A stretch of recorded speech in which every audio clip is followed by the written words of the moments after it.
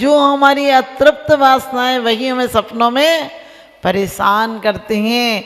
हमने आज तक अपनी आत्मा में कभी ये नहीं सोचा कि ये चार भाव आ जाएं और चार प्राणियों के प्रति आ जाएं। चार प्राणी कौन कौन से बताए थे?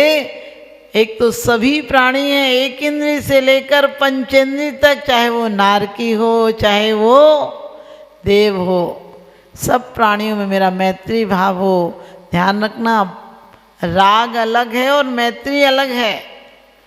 यह राग याग दहे सदा ताते समामृत से। ये लोग कहते हैं हमने गाय को बांध रखा है, गाय को बांध रखा तो गाय पीछे चलना चाहिए, लेकिन गाय जहाँ जाती है वहाँ मालिक चला जाता है। बताओ, मालिक को गाय ने बांध रखा, मालिक उधर जाता है जिधर गाय जाती है, गाय मालिक के पीछे नहीं जाती है। वो बात अलग है, आप रस्सी खींच लो आगे जाके तो बात अलग है। इसी प्रकार से चोर पुलिस के पीछे नहीं जाता, पुलिस जाती है चोर के पीछे। एक पहलवान को बांध रखा था, उसने कहा बांधो मत, तो लोगों ने कहा तू भाग जाएगा। कहने लगे मैं भाग तो अभी तुम्हारी जंजीर तोड़कर भी भाग सकता हूँ। तो कहने लगे तू भाग क्यों नहीं रहा है? बोले इसलिए नहीं भाग रहा हूँ, तुम मेरे बच्चे और पत्नी को परेशान करोगे। आप समझ गए, वो राग का बंधन है जिसे तोड़ नहीं पा रहा है।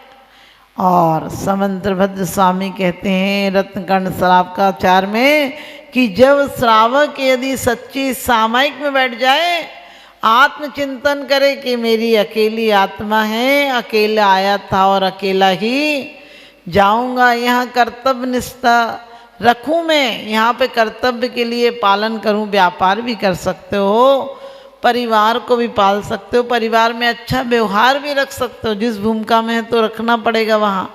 लेकिन एक अंतरंग में भाव रहे कि गेही पे ग्रह में न रहें ज्यों जलते भिन्न कमल है, नगर नारी को प्यारे यथा का दे में हेम अमल है।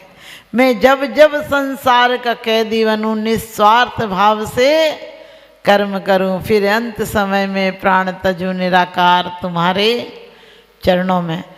भगवान के चरणों में लोग कहते भगवान दर्शन नहीं छोड़ियो, भगवान दर्शन नहीं छोड़ियो। अरे अपने आत्मा के अंदर इतनी ज्योति जलाओ इस जवानी में कि तुम्हें आखिरी टाइम में हो सकता है शरीर शिथिल हो जाए, नहीं आ पाओ मंदिर, लेकिन मंदिर भी नहीं आ पाओ तो तुम्हें लगे मैं तो सिद्धों के शरण में ही बैठा हूँ, साक्षात सिद्ध तो मेरे सर के ऊपर बैठे हैं। इतने सिद्धों की वो ऊर्जा मुझे मिल रही है, मैं भगवान के समोशरण में बैठा हूँ और भगवान की वाणी मेरे पापों का प्रक्षालन कर रही है। ऐसे भाव भी तो आना चाहिए। अभी तो सच बता दें, मंदिर में आते हैं तो लगता है कब निपटे पूजा और कब घर जाएं। कोई बात नहीं, घर चले जाओ टाइम से, लेकिन एक एक शब्द में तुम्हारे हृदय के भाव जुड़ना चाहिए। और कहते हैं गुणी जनों को कैसा भाव, अभी तक तो गिरगिट जैसे हैं, आए तो बंदामी नमोस्तु और तुम्हारा रास्ता अलग और हमारा रास्ता अलग। लेकिन गुणी जनों को देख हृदय में मेरे प्रेम उमड़ आवे। चंदन वाला को क्या हुआ था?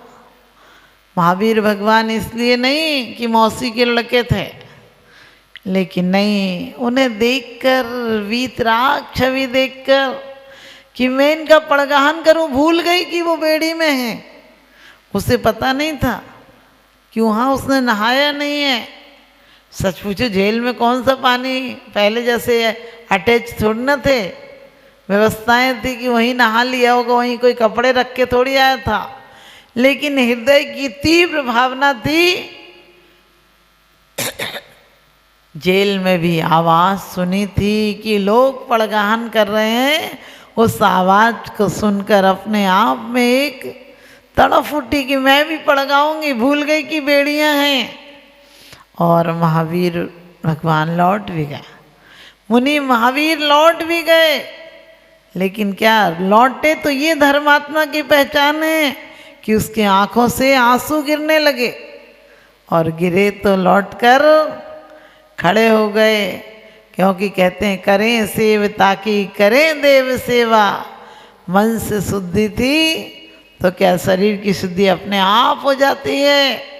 साधु स्नान नहीं करते हैं तब भी स्वभाव तो असुचो का है। रत्नत्रय पवित्र थे, साधु रत्नत्रय से पवित्र होते हैं।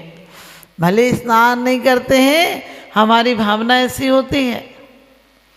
और राजा श्रेणिक ने भगवान से पूछा था कि कई बार आपके समोसरण में तो सारे प्रश्न तो राजा श्रेणिक ने किए, लेकिन क्या वजह है आहार नहीं दे पाता हूँ। उन्होंने कहा था नरक आयु का बंद हो जाए तो आहार देने का सोचोगे तब भी नहीं दे पाओगे, क्योंकि निमित्त मिलने पर भी तुम वो कार्य नहीं कर पाओगे। तुम्हारा भाव नहीं जागेगा, या तुम्हें कोई अड़चन आ जाएगी। एक नहीं अनेकों के बारे में ऐसा दृष्टांत आता, जिन्होंने पहले नरकायु का बंद कर लिया उन्हें आहार देने का सौभाग्य नहीं मिलता। तो गुणी जनों से ये नहीं कि मेरे कोई काम बता दें, सबसे मुख्य काम तो हमारा क्या है? उन जैसी शक्ति का जगाना। और कहते हैं वो वस्त्र पहने हुए श्रावक, समंत्र भद्र स्वामी कहते हैं चैलोप शिष्ट मुनिरिव, कहते हैं वस्त्र पहने हुए मुनि के समान है। जैसे कोई मुनि पर वस्त्र डाल दे ऊपर से तो मुनि वस्त्र को स्वीकार नहीं करते हैं। इसी प्रकार से जो श्रावक सामायिक में बैठा है उसके ऊपर वस्त्र भी उसे पता है कि ये अलग से हैं, और वरना परिवार ओर से आपके ऊपर करे बार वो है परिवार। बच्चा जन्म के समय रोता है और बाहर लोग तालियां बताते हैं, बताओ कितने बेईमान हैं। वो बेचारा भारी वेदना से बाहर आ रहा है, अभी भूख भूख चिल्ला रहा है, रो रहा है, लोग यहाँ बधाइयाँ दे रहे हैं। मैंने परिवार इतना बेईमान है, पहले दिन से अटैक करने लगता है। कोई हमारे माँ बाप होते नहीं, कोई माँ बाप दादा दादी सब आके ऐसे खड़े हक जमाने लगते हैं, मैं इसका बाप हूँ, मैं इसकी माँ हूँ, मैं दादी, मैं बुआ, मैं चाची, और वो बेचारा रोता है और तुम तालियां बजाते हो। कहते हैं जब तुम आए जगत में जगत हंसा तुम रोए, अब ऐसी करनी करो फिर न हंसी हो। अभी तक बहुत हंसी उड़वा ली अपनी, लेकिन अब ऐसा काम करना है कि तुम्हारी हंसी ना उड़े। ऐसा काम हम करना चाहते हैं क्या? कहते हैं क्लिष्टेषु जीवेषु कृपा परत्तम, और जो करुणावान जीव हैं हम किसी को देखकर एहसान मानते कि हमने तुम्हें दिया।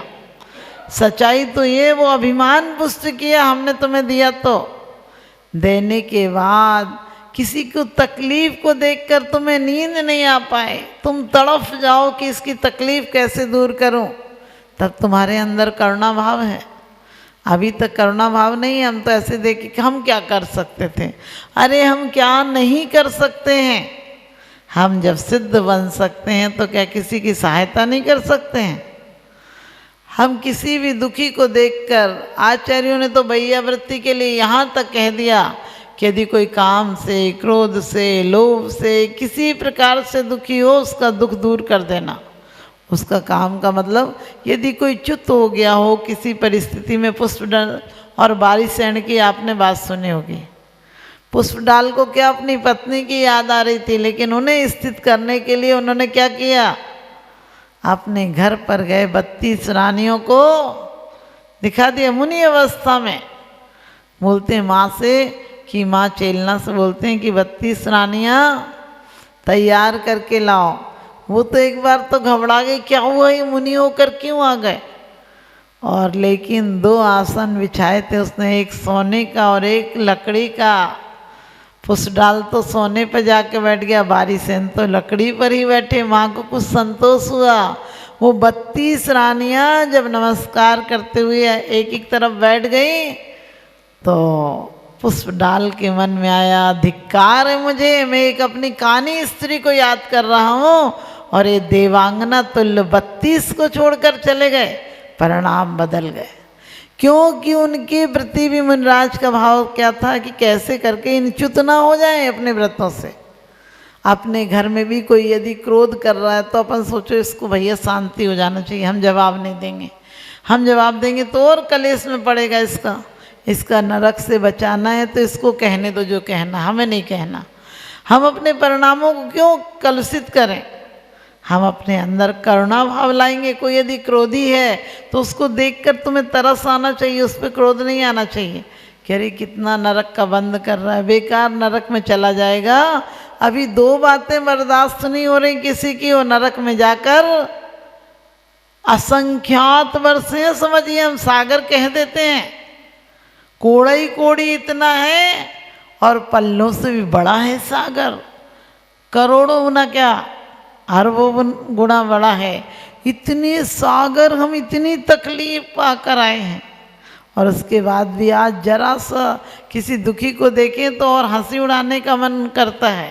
लड़खड़ाते दौर पर हंसना बड़ा आसान है, गिरते हुए को थाम ले होता वही इंसान है।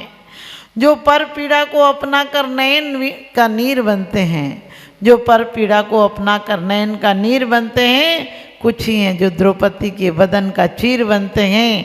जहाँ को जीत करके तुम सिकंदर बन तो जाओगे, जहाँ को जीत कर तुम सिकंदर बन तो जाओगे। जो खुद को जीत लेते हैं वही महावीर बनते हैं, जो खुद को जीत लेते हैं वही महावीर बनते हैं। किसी को ईंट का जवाब पत्थर से देना बुद्धिमानी नहीं है, ईंट का जवाब फूल से देना सीख जाओ तब बात है। कहते हैं लोग ऐसे पत्थर बनाते हैं जिससे शीशा टूट जाता है, तुम ऐसा शीशा बनाओ जिससे पत्थर टूट जाए, जिससे लोगों के दिल परिवर्तित हो जाएं। कल्याण मंदिर में बड़ी अच्छी बात कही है कि भगवान आपने तो क्या किया है, दुष्टों को शस्त्रों और अस्त्रों के द्वारा नष्ट किया जाता है, लेकिन आपने तो क्या किया, आपकी क्षमा रूपी शीतलता ने उस दुष्ट की भावनाओं को नष्ट करके रख दिया, परास्त कर दिया। हमें कमठ के मठों में नहीं रहना है, हमें पारसनाथ के साथ रहना है। हम रोज कहते हैं आदर से आपका अमृतवन भक्तों के जीवन में विक्रम, रोज लड़ाई करने खड़े हो जाते हैं। जरा सी कोई बात कहे तो कहते हैं छोटी सी बात का छोटा सा जवाब है, हम खुद खराब हैं तो जमाना खराब है। हम ये किसी से आराम से नहीं कहते ऐसे कर लो, सामने वाले से कहेंगे ऐसे ही होगा, तू देख ले कैसे करेगा, मैं तो ऐसे ही करूँगा। अरे कोई हम जैन होने की निशानी है क्या? आपस में प्यार से कहो, ठीक सामने वाला कहता है तो उसकी भी मान लो, कभी अपनी मनवा लो। कहते हैं आज सूरज ने तमा कर ये कहा, आज सूरज ने तमा कर ये कहा कि निठल्लों के लिए भला अकेला मैं कब तक लड़ूं, ये भोर का संग्राम है, कुछ तुम लड़ो कुछ मैं लड़ूं, कुछ तुम लड़ो कुछ मैं लड़ूं। इस जिंदगी की तकरार की शुरुआत मत करना, शुरू में ही उसे जब कौपल लगे तभी उखाड़ कर फेंक देना। कोई बात हुई 1 घंटे बाद, आधा घंटे बाद एक हो जाना।